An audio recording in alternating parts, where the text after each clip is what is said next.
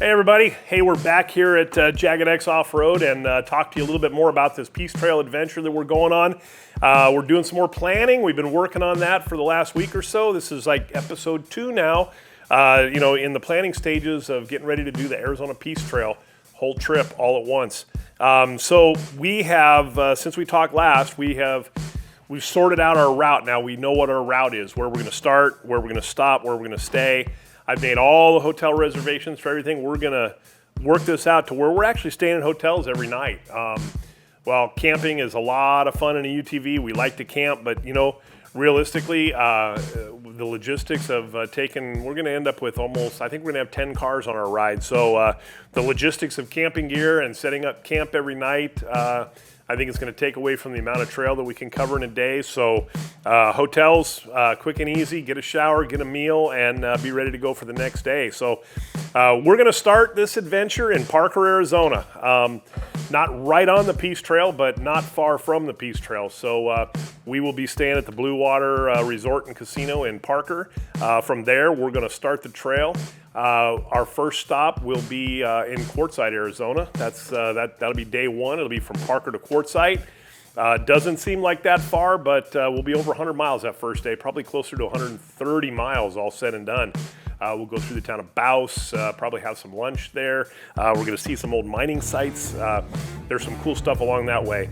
Second day, we'll leave Parkside, Arizona, and we'll end up in Yuma, Arizona. That trail will take us down along the Colorado River, and we'll see some cool things there. I personally have never spent much time in that area, so that's going to be an adventure for me as well as the rest of our group. So that should be really fun. After that, we've got a long day ahead of us because we leave Yuma, Arizona, and our next stop will be Salome, Arizona. If you've been through Salome, you know there's not a whole heck of a lot there. I think there's 2 hotels in Salome, so we've already got reservations there, and that should be an adventure, a good stop for the night, and we're looking forward to that. After we leave Salome, we're going to run by Alamo Lake. We'll go by the town of Wickiup, another bunch of cool sites that we've looked at that we want to try and hit on that. So that leg will be from Salome. We're going to end up that night in the Hualapai Mountains at the Hualapai Mountain Resort. Looks like a really cool place. Never been there, but it looks awesome. So we're looking forward to that, to be up in the mountains, up in the pine trees for that night. We leave Hualapai Mountain Resort. Our next leg will take us through the town of Oatman and eventually into Lake Havasu City. We're going to spend 2 nights in Lake Havasu City because Mid-America Outdoor has a huge event going on that weekend. So we will arrive there on Friday.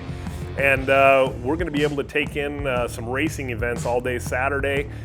Check that out. It's Legends of Havasu, I think they call it, Mid-America Outdoors. A bunch of racing events going on all weekend. We're going to check that out, and then on Sunday, we're going to set sail, head back to Parker, and wrap this thing up. We should have about 800 miles when we're all done, and hopefully everybody's car holds together, and I'm sure we're going to have a good time whether they do or they don't. So stay tuned. We'll be talking more about prepping our cars for this whole thing. So we're going to give you our next episode. We're going to start talking about what we do to prepare our cars for a trip like this, and a little bit more about logistics. And so stay tuned for that and follow along.